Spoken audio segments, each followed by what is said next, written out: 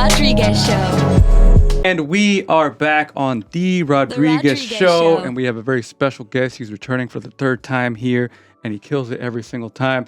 Destruct, how's it going, bro? What up, bro? Third time's a charm, huh? Yeah, for sure. It's been really the third time, man? Yeah, I think so. Yeah. What's the record? Like, who's been here the most? Oh, 11 times? 11? Yeah, Kid Shout Vista. out He's Kid a homie. Vista. Yeah, Sick he comes in like, because he makes music, like a lot of music, but then he also brings in artists, stuff like Nice, that. Right. nice. Well, I brought artists too, man. Shout out to my brother Expanded Mind in the cut. So I'm trying to, who knows? I might hit double digits. We'll see. Hey. There we go. All in due time. If Mondo allows it. Hold on. What's up, man? So we'll do the plugs right away at Destruct Music on Instagram, and you have two projects right now: The Best You Never Heard, Yes, and sir. the Non-Flaco Diets Don't Work project with EQ and yourself, Destruct. Yes, sir. We'll get into all that, but how you been, man? It's been a minute. Good, man. Staying busy. I mean, shit, usually I try to focus on one thing at once, but the powers that be and just the way this thing called La Vida just, pops off, enable me to get these other projects done. This vinyl that I've been working on for, over a year now. Shout out to Mind to Wax, which is this amazing label out of Greece that, believed in me in this project and been working on it for quite some time. And if anybody knows, vinyl is not easy. It's not cheap. And the fact that it was shipped from El Paris, it took a while. So I didn't expect for it to come out when it came out. And then with the Non-Flaco, that was about 13 years in the works for that one. And, powers that be as well, just kind of made sense for that to happen. Me and EQ, we go back since 2005. He's one of the first engineer producers I work with, and we've been cooking up this album for a minute. Yeah. And we've been losing a lot of homies left and right, and Eek hasn't been in the best health, but his spirit and his talent is still there. So I told him, you know what, man, let's make this shit happen. Yeah. We rocked recently at the Back to Basics Festival, which was amazing. Were you guys there for that? Nah, I didn't pull up, but I've seen that lineup, man. It was Yeah. Alcoholics, Dilated Peoples, Exhibit. It was probably one of the illest shows I ever been to. So we had that offer to us, and that kind of ignited a flame in the Non-Flaco Culo movement. And we were just like, you know what, let's just get this record out, man. You know what I mean? God forbid, we don't know how long both of us are going to be here. Let's make the most of it. And unfortunately, in the process of the album, we lost even more friends. So it's definitely a sentimental project for that to happen for people that know the history of me and EQ and whatnot. So yeah, and then it is like you said, sentimental, but there's it's so upbeat, the album itself, like the beats. Oh yeah, so it's like hilarious. It's hilarious. I mean, it's called Diets Don't Work. We're calling Non-Flaco. The scale's broken. I mean, for my gringos out there, that means not skinny, which you can hear on the intro. It's more lighthearted than what I usually do. I mean, safe to say, with the Best You Never Heard, it's 10 years of work as well. But I'm more conscious, bar heavy. The Non-Flaco is straight comedy. We have our serious moments as well. There's a couple tracks on there that I wouldn't say are too politically correct. Like I said, it's 13 years in the work. Some of it was maybe funny back then, but I think our true fans would still appreciate it. You know what I mean? Yeah. It's all about balance, bro. Yeah. It's all about balance, man. So you've been performing all summer, huh? Yeah, man. Back to back. It's been a blessing. I'm going to New Mexico next week. Whoa. Rocking with the legends, Large Professor and Terminology. So I'm super excited for that. I'm going to be in the 10th, I'm going to be in Santa Fe, and then the 11th, I'm going to be in Albuquerque. So shout out to the Connect, Walter White, for coming through with the Heisenberg. That's hilarious. Yeah, man. So are you gonna try and see any of the Breaking Bad stuff? You already over know. There? On my next project, shout out to my boy Bless One. There's a line I say, I'm Breaking Bad with the pen and pad. It's Heisenberg, and I say a couple things on there unexpected. So when he popped the trunk and spit berserk, because remember in the last episode, spoiler alert. Yeah. Anyway, so I would love to go to those Breaking Bad landmarks to film something there. Throw a pizza on the roof. Wine. That was his first take. That was his first fucking take, bro. That's crazy. He got so frustrated. Nuts. and as well as, not rest in peace, but shout out to Better Call Saul as well. Did you guys see the ending of that? Oh, I saw that. That was epic.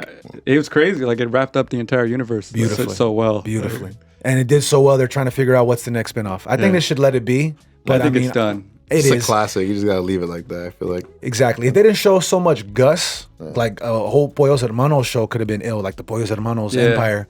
But they did enough. They did enough for that. So we'll see what happens. If anything, those twins, the killer twins, the Rock with the Salamancas, that even Hank, had a good fight with. That I think Hank killed one of them. Yeah.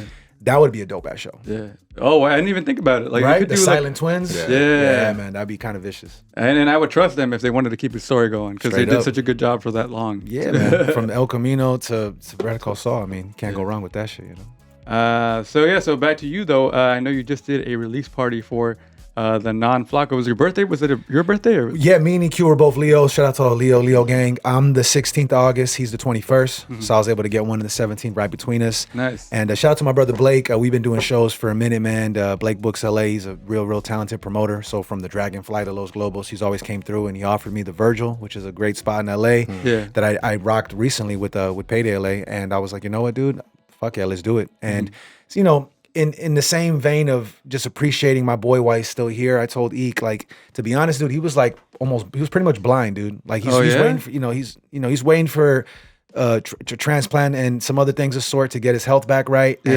And he couldn't even see, but I was like, you know, bro, people gonna feel you. And if anything, throw some shades on and get your fucking Ray Charles, Stevie Wonder on. You'll be just fine, dog. And it was an amazing fucking show.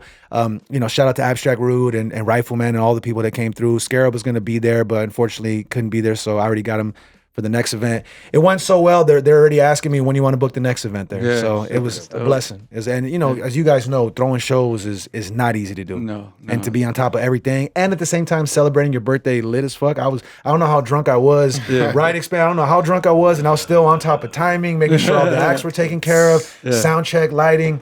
I think it's just in our nature as professionals that we love this shit, but it's not easy putting a show together. And you like to, even though you know it's a lot of work, you like to do everything, like be influenced in everything. Of course, I'm super punctual, bro. I executive produce the shit out of anything my name's on. If you see my name or Rebel Minded Music on it, best believe it's gonna be a quality show front to back, and you know people are definitely gonna leave with a, you know, little more than what they asked for. You know what I mean? I feel you. Puros clásicos. That's it. Hey. So yeah, tell us a little bit more about your relationship with EQ. Like, you said you met him a while ago? Like Yeah, bro. 2005. It was like a little in-store in I want to say Panorama. You know, some hood in a little hood in the San Fernando Valley.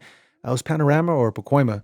And at the end of his set, he was like, "Hey man, anyone that wants production, holler at me." And we just chopped it up. And I remember he drove in his old ass Celica. Picked me up. He had a studio in Northeast LA called the Ashtray of LA for many reasons, because it was that grimy. I'm talking like a carpet this thick of just straight ash cigarette butts. You know what I'm saying? Like, it was grimy. But that's what it was though. It was just that raw hip hop shit.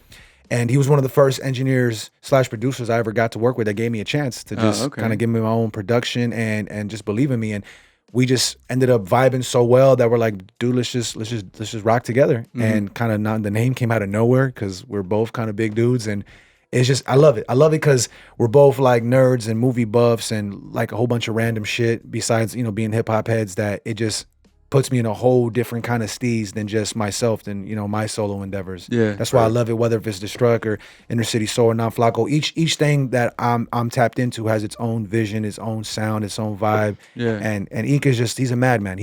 I look at him like the Dr. Dre of the underground. Like, this guy has engineered countless people, from Blue to Exile to Planet Asia to, you know, there's just to name a few of people he's collabed with, produced for, executive produced, engineered. So he really is like a tour de force contributor to this culture. So I'm just glad that I was able to give my boy his flowers while he's still here. And this album is just a true testament of his skill. He produced most of it. His pen game is still sharp. I'm low-key just trying to keep up with his ass, you know what I mean? So it just feels good. Besides all that talent, he's one of my solid brothers, like best friends in this music shit, which is rare to find nowadays. Like, loyalty, genuine people. Exactly. He's like my Mondo in a sense, you know what I'm saying? I get that comparison. Okay. You know. So you said, when I was reading about it, you said that it took a while to get this out, this project. What was the delays? Yeah, 13 years is just life, bro. Life catches up with everybody. You know, Eek was going through a lot of different things, and I think we wanted it to come out, but just, you know, whether if it was family stuff or just he had to move, it didn't feel right. And with this Back to Basics show that you know booked us and kind of reignited the flame, I was like, dude, you know what? We've been sitting on this for so long. Even though I sound younger on some joints, I was like, let's just do it. And it's some of EQ's best production and best work. And he was like, you know what? You're right. It's about time.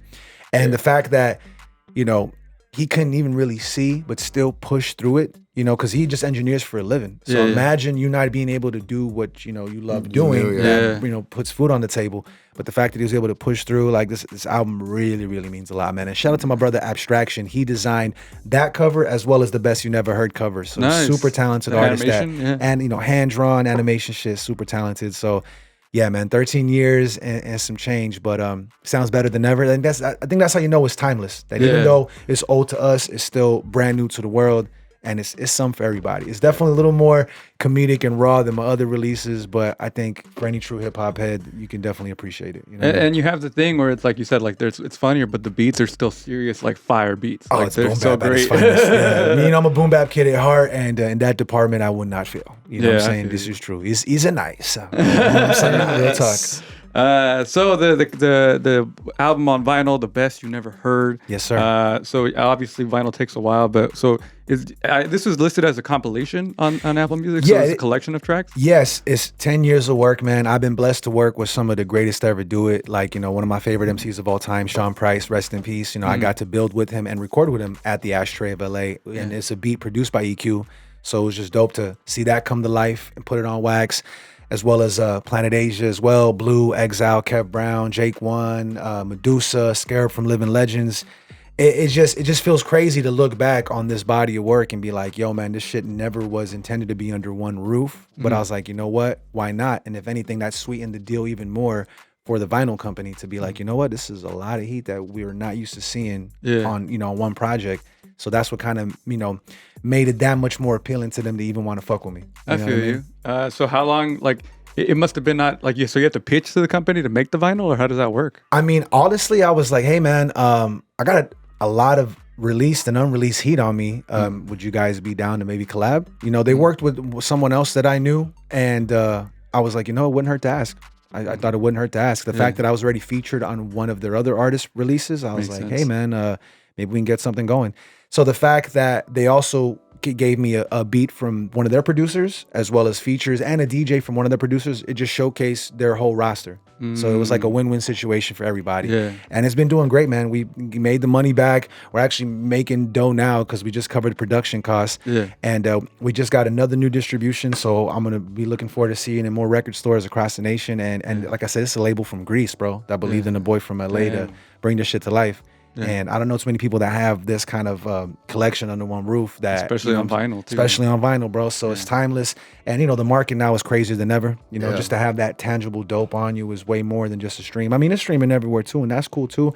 We're just trying to, you know, make it as lucrative as possible. But it was definitely a mission of mine to have my first vinyl and to have some of the greatest to ever do it that I've been bumping since I was high school alongside with me. It's really a dream come true. Super you know dope, what I mean? man. Dude, that's super dope, super dope. You know what it is as a DJ, how important vinyl is, right? Right, man. I mean, exactly. It's like you're saying it's timeless because like you have different records on there that you're saying mean a lot to you and stuff, and just putting it out there into the world, it's gonna stay here forever. You know what I'm saying? Exactly. Even though the internet might still be here forever as well, and it's only growing and growing, but this shit, like you're saying, is just timeless. It's a life of People its need own. to hold it in their hands. Yeah, it's a piece. true. It's a really like dope piece of art, and that just goes back to collecting your records. You feel me? Which is the backbone of this culture, man. You know what I mean? There would be no hip hop without records. Remember, Kool Herc found a way to find pieces of a beat, a break, which was enough time for an MC to do his damn thing. So if it wasn't for records, none of us would be here. So for me, just to contribute back to the culture, to the true essence, with your own, with my own, you know, signature, my own sound, and my own imprint, lets me know, like, hell yeah, man, this is what it's really all about. You that's know?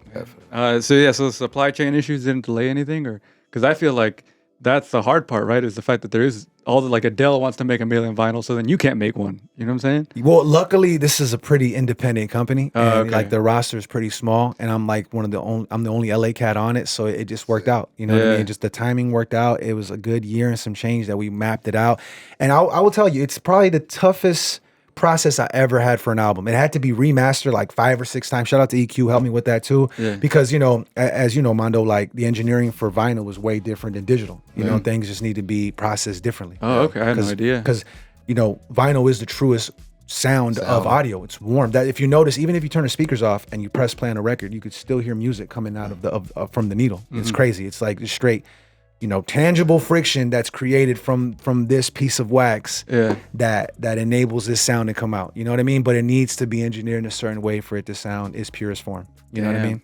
And yeah, it was definitely a process, man. But I'm just super grateful, and I'm hoping they're looking forward to do another one, and I can use this as, you know, as hopefully some kind of leverage to holler at another label and be like, well, I put this vinyl out, it did well, let's keep it moving. You know what I mean? Damn. Do you have a favorite track on this?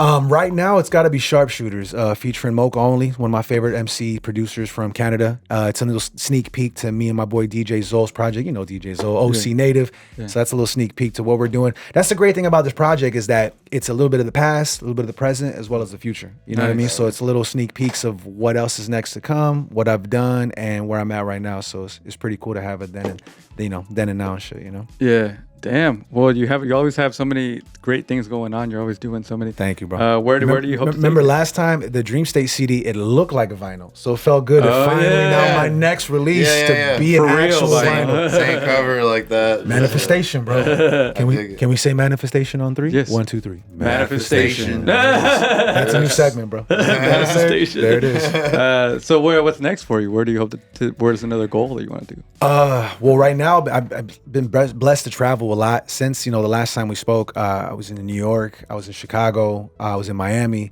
Now New Mexico's next. I would love to go to Europe. I mean, the fact that this company's in Europe, they say we got to get you out here. Yeah. And I've worked with so many European producers that straight up were like, just a random accent, bro, come out here and I got you. So whatever country that language can fuck with. What I mean? But from Paris to France to wherever, they're always so welcoming. And I feel like the scene in general out there, they're more appreciative, especially of US artists, because there's not as congested as we are out here. But traveling a lot more, man. I've been crazy in my executive producer bag. I've been filming a lot too, man. Shout out to Resident People, my film production company. Shout out to my boy MZ1. We've been going crazy. We got about 20 ready vids in our portfolio. So if you just go to YouTube and look up Resident People, you could see. And it's been blessings. Like the latest one we did was the track featuring Medusa on the Best You Never Heard vinyl, which I mean is the 5th OG that we got to film with. Nice. Got to do Rusty Jux in Brooklyn. Filmed Don Pacino from Killer Army in Shaolin in Staten Island. Scarab, we filmed out here in the OC from Living Legends. And then Medusa, we did in South Central. So it's the fact, besides us getting this film production company going, we're able to actually capture some legends as well. It just makes it that much more impactful, man. So does the production company, do you do work for other people too? Well, pretty much what it is me and my boy film. I use the same Steadicam that you guys are using as DJI. So I do a lot of the filming, and my boy Mo films as well, and he's the main editor. And it's just us, 2-man crew.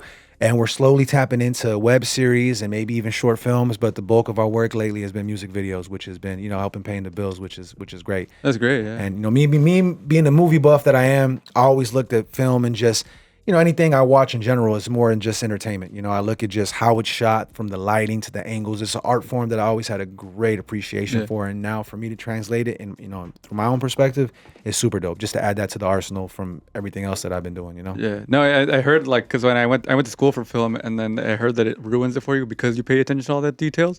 But it only ruins it when it's bad, right? Like when you pay attention, you're like, damn, that's a bad shot, or what the hell happened to this? Or they say it ruins the magic or the illusion of it. I'm like, I don't give a fuck, man. It looks dope. if it looks dope, and the fact that we've tapped into green screen and everything in between, it's like, why not, bro? Why not? So it's like literally from the audio to the visual side of things, I got you covered. Yeah. I got you covered, bro. I'll fight for you. You know what I'm saying? Llama dos, 22. You know what I'm saying? So you're going to perform a couple tracks for us. Before we get to that, we have a new segment we want to do with you.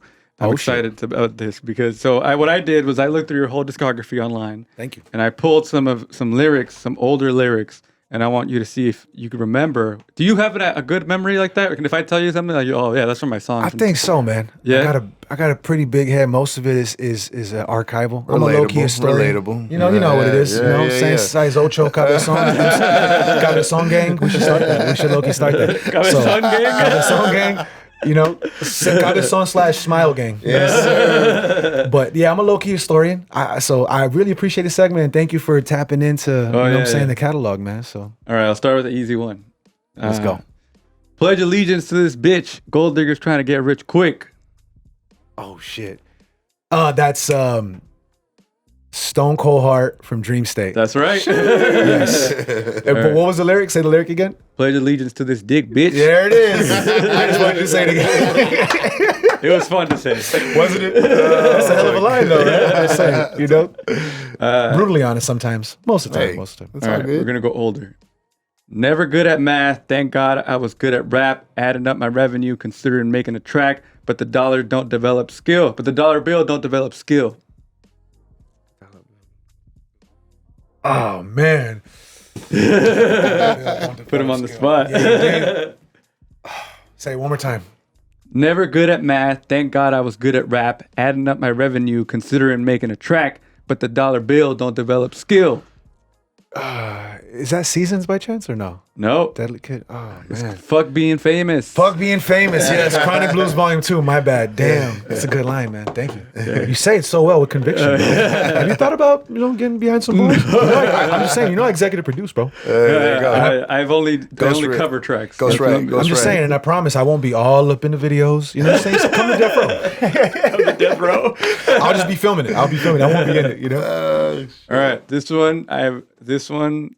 I'll read it and I'll tell you after. Talk about sing along at your show and shit. You see no hands up because you got no showmanship. Oh, that is time wasting for my first album, Rebel Minded, man. I was like 17 with that shit, bro. Because the line before is about MySpace. I know, you check MySpace, you got no profile hits? Yeah. Dude, hey man, I really appreciate you going back. That's a deep cut. and I don't have like none of this shit on Genius, which I should, but the fact that you got it down and the fact that you understood what I wrote lets me know my position as an artist is clarity is key, bro. Without clarity, I'm mumbling, I'm rapping to myself. So I appreciate that you understood it enough to actually like get it down, I had to listen to it a couple times. Just because it's hard sometimes. Like a lot of the artists now, they don't have their like even lyrics on Apple Music. Right. So I'm like listening and I'm trying to find good ones too. Like pledge allegiance to this dick. Hey man, shout out to my boy Surface. He really wanted to get me out of my bag. And, this is someone that worked with ASAP Mob and Game and Lil Dicky. So I'm the most hip hop artist he's ever worked with, right? So the beat, you could tell, is a little more trappy. It's a little more out of my comfort zone. But I was like, you know what? If I'm going to do it, try to be clever. And I'm going to even, for safe measure, throw in a Stone Cold Steve Austin glass break entrance reference in there. You know what I mean? So that shit was tight. Nah, thank you, bro. I appreciate that. All right, we got two more. Let's go. Now I smoke what I wanna. OG and Blue G, my favorite marijuana. Oh, that's So It Begins from Concrete Word. Another trap banger. Shout out to my boy Assume. All right, last one. This is the oldest one. Oof. Oh, well, Rubber Minded was pretty old. That was 2007, 2006. Sheesh. Watching Sex Files giving Scully to your molder. That is Donde from the first Non-Flaco album where me and EQ look like homies and shit. Remember the Homies cartoons? That's funny. So it's funny because on the new album, Diets Don't Work, we have Donde Part 2 to kind of pay homage to that. You know what I mean? That's why I did that one. And, shout out to Magut too, who's is a random character that I don't know if he's so PC, but whatever. It's for the sake of the art. It's for the sake of comedy. Yeah. So it was 4 out of 5. So good job. Not bad, right? Not bad, man. Thank you, man. We have people that have 0 and some people that know all of them. So you're right. You're almost there. Awesome segment, bro. Awesome. That's super dope, bro. All right. You ready to do this medley? I think so. Only if you back me up. Oh, no. I get You got to spit some bars, Hey, you'd be a great hype man, bro. I'm just saying, man. Don't be jelly, Mondo. All right. It's all good. I'm right here with the smile. You already Hey, Sigvato. All right. It's time. At Destruct Music, he's promoting 2 of his projects, the Non-Flaco Diets Don't Work and The Best You Never Heard. He's performing from both of those. Here he is right now. This is Destruct on The Rodriguez Show. Yeah. First and foremost, rest in peace to my brothers MC Deucer and Gaja. Forever, man. Yeah. You are now rocking with the best you never heard. Ha. Talking street, man. Still deadly with every word, right? We do it like this. Yeah, Mind the Wax, what up?